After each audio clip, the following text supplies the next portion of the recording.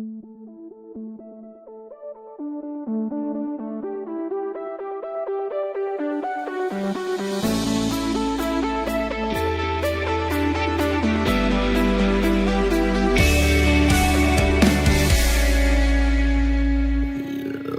talking about podcasts. Nice. We're talking about itty bitty podcasts. Nice. Podcasts. Marvelous mini Monday nights. Chunkies. We've got a late night recording, so if we're silly, it's our fault. Yes. It's marvelous for many reasons. Who are we, though? I'm Carter. I'm Doge. And if you're wondering who the weird voice is, it's still Jordan. It's Jordan, Doge and a half. But I'm sick. Sick But boy Jordan. him not feeling too good. That's You know what true. else isn't feeling too good? Tell me. Newborn babies in that new environment they've never been in before. It's scary out there for a baby. Isn't it? I don't like the way one of my- sentence sounds in my new voice. That sounded bad. It's scary out there for a baby. Okay, so we need to jump into A Star Was Born because we've got a lot going on today. Yep. 32 years old today. Wow. Okay. Fans' first memory of this actress likely harkens back to a Friday 'neath the lights long ago. Or perhaps one remembers her as Zombie 406 in Zombieland. While her biggest contribution to the movie world may be that she played a role in ruining Johnny Depp, this actress has a chance to be known for her portrayal of what appears to be a far less helpless version of Ariel. This would be Amber Heard. Amber Heard Yeah. is the name. Yeah. Uh-huh. 32 years old today. 32. 32. Next she did up. it. More like Herdy, too. Nice. Hey now. And Birdie too, even. Here he is. This 3-time Oscar winner turns 82 years old today. This actor is in a very exclusive club with only Michael Caine, in that they are the only two to have had at least one Oscar nomination in every decade since the 60s. Granted, these gentlemen are also in a much larger club together, having prominent roles in films about a Bruce. Whose birthday is today? Why can't I think of 82. this man's name? Come on, man. I got nothing. No, I don't know. it's Here he is. I can smell you. Oh, Morgan? Freeman? Nope. Is it not? This 3-time Oscar winner turns 82 today. This actor is in a very exclusive club with Michael Caine, in that they are the only two to have had at least one Oscar nomination in every decade since the 60s. Granted, these gentlemen are in a much larger club together, having prominent roles in films about a Bruce. Is this Sir the Hop, as in Anthony Hopkins? No. I don't know then. I'm out. About a Bruce. My first thought was Bruce Almighty, then I went to Finding Nemo. I got nothing. Jack Nicholson. Oh. Bruce Wayne. You a Batman Yeah. fan, Jordan? Yeah. A little. A little I am. A little I am. 58 years young for this friend of the podcast, while his overall grade, 21 credits that I actually had averaged the ratings on, though his overall grade on Rotten Tomatoes is, well, rotten at 32%. Oof. Ooh. 21 credits. I personally find his work to be, how do I say it? Electricidad. I'm going to go with George Lopez. George Lopez! Wow. Happy birthday tomorrow, Josh. Happy birthday, Okay. George. You said Happy 58? birthday. 58 years old 58? tomorrow. He's younger than I thought. Another birthday for tomorrow that I happened Okay. upon right up there with George is William Shakespeare.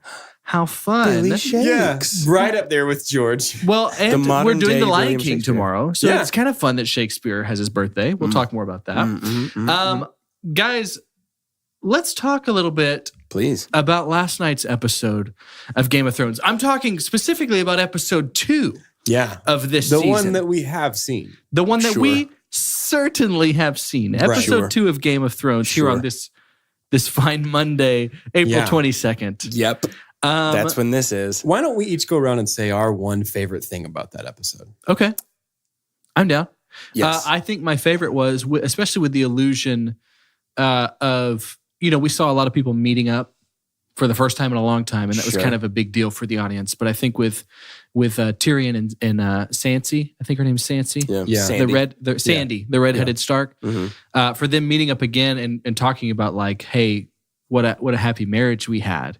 Right. For them to renew their vows. This episode very sweet. was kind of a cool thing, and I get it. I mean, I think that's going to help with them going towards the throne because of them with the relationship to the Baratheon clan. Yeah, sure. That's probably how it's going to... Baratheon. Clan Baratheon, that's what it was. Thank you for that. They wield the hammers, I think. Yes. But yeah, I think that's going to be a big deal. The wildest part to me, I haven't even seen anybody talking about this yet, is how Brody Spark, the wheelchair guy, Brody Sparks, he fell out of his wheelchair again and can't move his arms now. And nobody Oh my gosh, So I couldn't believe that either. it's And it's crazy. so funny Still just laying there. it's so funny that Brody is actually he's right outside the window watching us right now. I know, isn't it Watching nuts? the podcast. He's Isn't it everywhere, nuts? isn't he? I heard Just- I heard that his wheelchair is going to get even more wheels and rocket power, so it's going to be very fast. The down. Nickelodeon It's gonna be amazing. original cartoon series Rocket Power. Get rocket power. Wiggity wiggity. Yeah, he could stream it in his wheelchair. It's going to be It's amazing. gonna be cool. I'm down. For me, I think the weirdest and kind of grossest, but most interesting part was probably when they It's a lot of finally things. zoomed out and showed us that the snow was really just dragon dandruff the whole time. Oh, gross. Drag drift. I already tried. I don't know. It's not there. But like,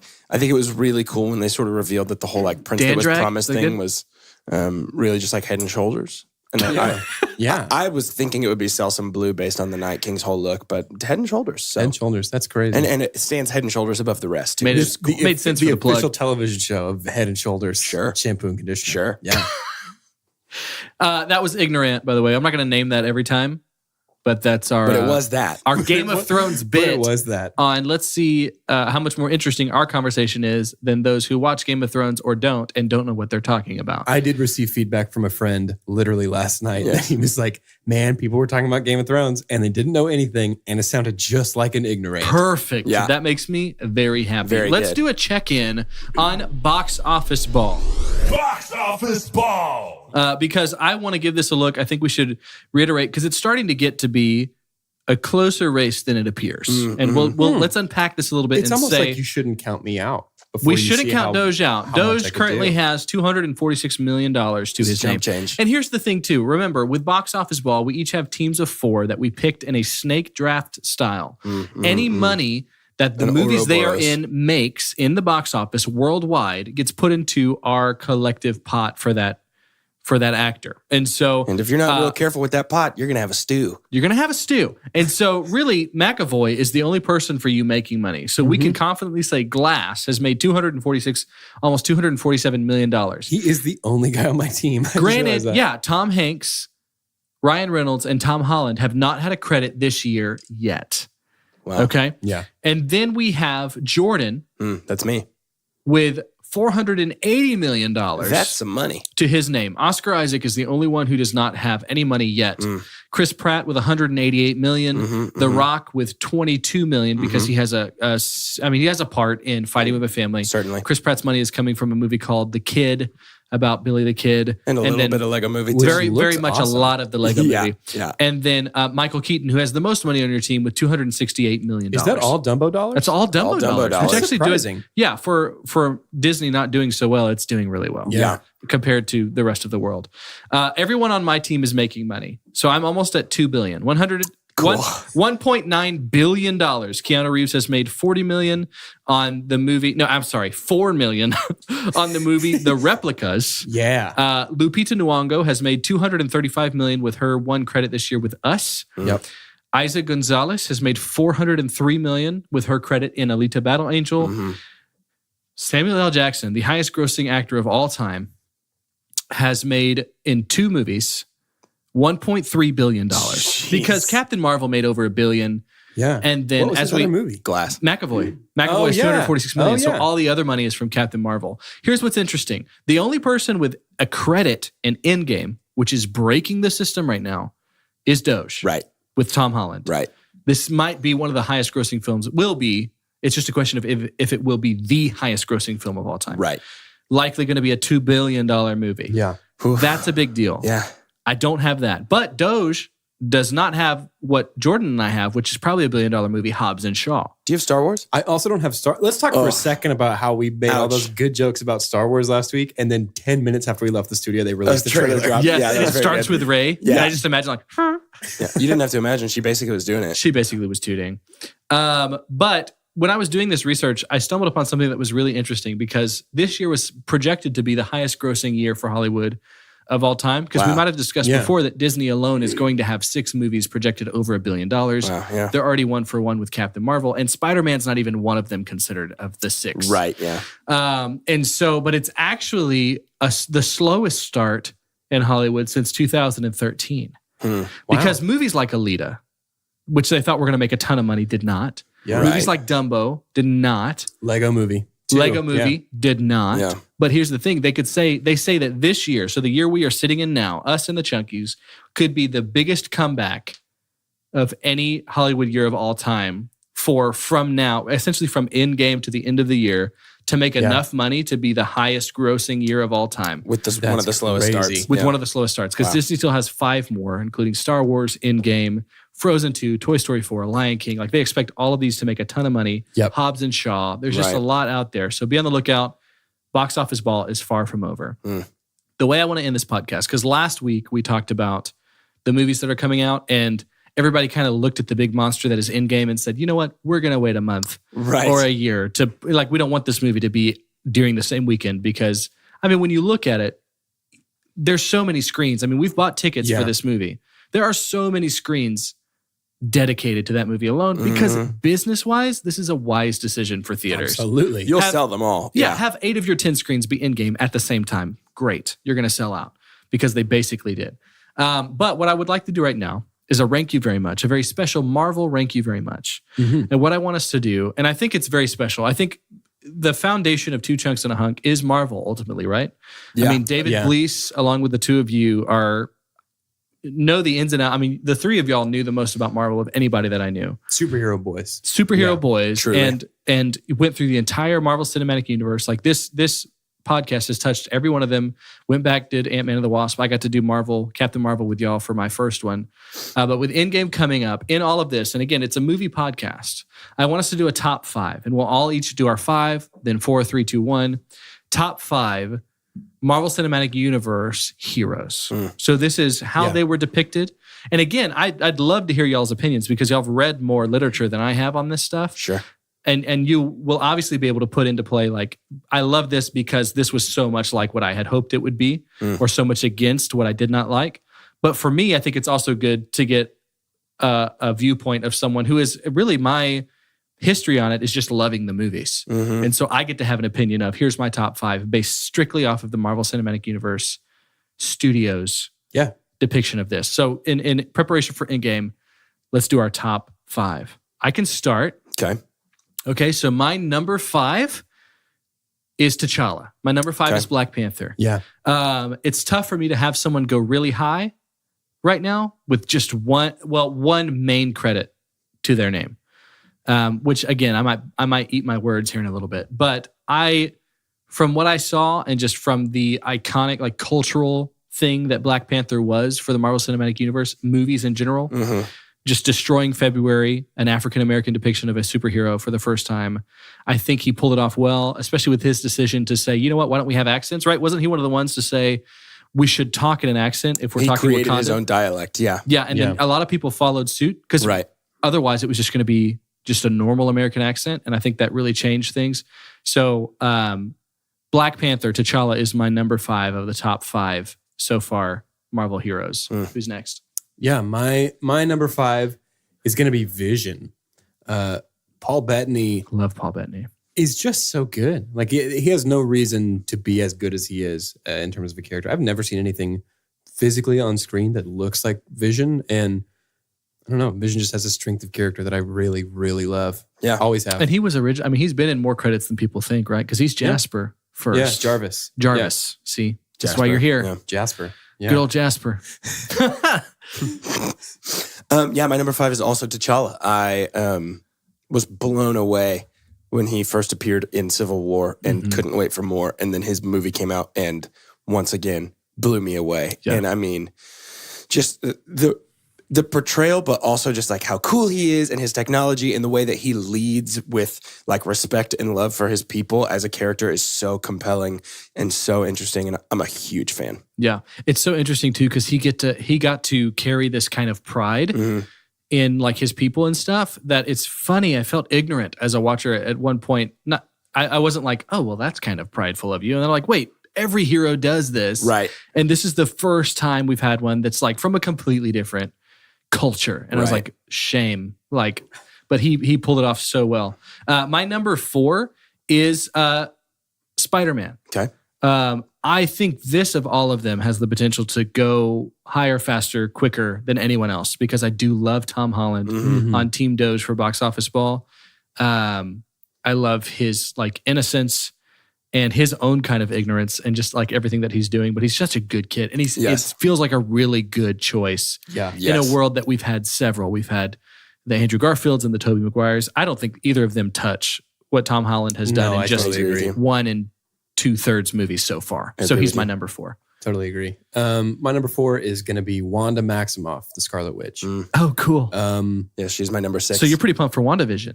Very pumped for WandaVision. I love that. Yeah, it's going to be great. I wish we got more of her. I feel like she's somebody that we don't get enough of, but I think her story, particularly of like trying to figure out people are afraid of me. Should I be afraid of me? Like that. It's just the most fascinating internal arc of any character. And she loses someone she loves within like 50 minutes of the time we meet her. Yeah. Right. Yeah. Yep. So And that's huge. Yep. Awesome. My number 4 is also number Thor. That's going to be Thor, Odin's son.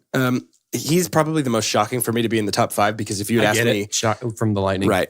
If you had asked me before Ragnarok, he wouldn't have made my top 10 probably. But man, something about the whiplash change in portrayal, the way that he became capable and fun instead of heavy and mopey all the time. I mean, I'm just such a huge fan of what Chris Hemsworth is doing right now and what Taika Waititi was able to do with the character and the story. And I mean, he had maybe my favorite moment in all of Endgame. I'm a big Thor Infinity fan. War. Yeah, sorry. Infinity War. When he came with the axe, the Stormbreaker. Yeah, yes. So good. And great transition because my number 3 is the one that made the exclamation of y'all are in trouble now. Yeah. And it's Bruce Banner.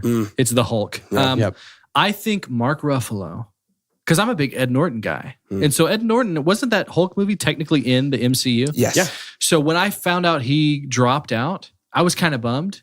But then here comes Mark Ruffalo, and in a way that I haven't respected as much as because Bruce Wayne and Batman have to be very different characters. It feels like. Sure. Yeah, absolutely. Portrayed differently. And that's something that you kind of wrestle with the Hulk. And so I think Mark Ruffalo is both the best Hulk and Bruce Banner that I've ever seen by a long shot. Easy. Long shot. And I think he brings a certain kind of charm to the whole series and just his soft-spokenness and his intellect. I love him. Yeah. And so I would love, I'm fine if they do like a Planet Hulk or something. Give me a standalone. Yeah. And I love to have Give me more Mark. I love to have more of him in Ragnarok. That was a treat. Yes. But it wasn't as much Mark Ruffalo as it was just the Hulk. Right. But I know he's a part of both of it. But Big fan. He's my 3. Yeah. Number 3 for me is Iron Man. Aside from the little misstep with his story in Iron Man 3, I think his arc really is the backbone of the MCU. Like his whole narrative of whenever Jensen rescues him in the cave in the very first one, and he says, "I've given you a second chance at life. Don't waste it." Don't waste it. Yeah. Every single thing that he does after that, he's spinning his wheels out of control, trying to keep from wasting it. Absolutely fascinating. Yeah, my number 3 is also Iron Man. I'm starting to get nervous that our top 3 are the same. My number 3 is also Iron Man, mostly because Robert Downey Jr. has completely changed Iron Man as a character for the better, as far as even physical portrayal in the comics. But I mean, Iron Man, you're absolutely right. He's the leader for a reason, and he is really shaping how the MCU looks. And I'm just a huge fan of everything that has been done with him as far as the movies go. I love him. He's my number 2. Yeah. I think it was so cool too that Iron Man was kind of, I mean, Robert Downey Jr. being cast as Iron Man just felt like Robert Downey Jr. playing Robert Downey Jr., especially with what was going on in his life in terms of the playboy mentality. And then for him to come in and essentially be the catalyst for what we have now. That's why in that massive photo, when they finally get everybody together, he's right in the middle. He's got to be by the producer, and by that massive think tank that put all this together. But yeah, it's so good, and I'm afraid this is when it starts getting to like, am I going to lose? Like, there's some people that like in my top 5, I feel like I'm going to lose at least one of them in this next movie. Hey, I think we're going to lose this person that we're all talking about right now. Yeah, I think so too. I do too. Man, but he does such a good job. So. Yeah. Jordan, why don't you go first with your number 2? So I don't steal your thunder two terms in a row. So my number 2 is Spider-Man. Hey, mine Holland. too. Yeah, he, good grief. This kind of random kid that they chose to come in. I mean, not random, but like they brought him in and I really hadn't seen him do much of anything. And he is Spider-Man to me now.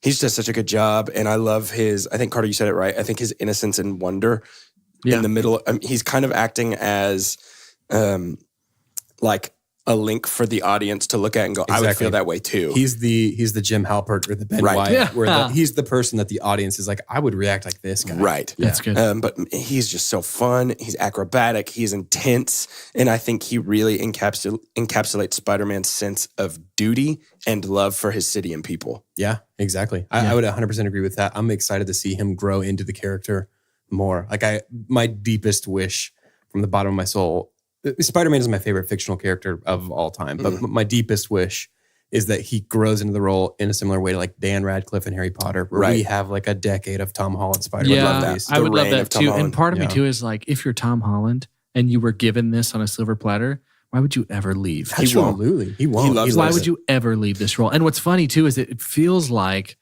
a lot of the cast is kind of treating him like Spider-Man. Yeah, I think so too. Like outside of filming. They're rooting for him. Yeah, just all the rooting for him. And then also like, we're not going to give Tom Holland the script yet because his mouth is going to blow it. Yeah. But it just feels like Peter Parker and I love it. Now, I'm going to go ahead and make a spicy prediction that our number 1 is all the same person. I think we all have the same number 1. We didn't talk about this before. You don't think so? Carter doesn't think so. I know not. Okay. Go. Did you say Spider-Man for number 2 already? Yeah, Spider-Man's my number 2 as well. Yep. So my number 1, and this is spicy, and here's what it is. It's the room of the 2 like professional guys in the background here, and then just little old me watching the movies.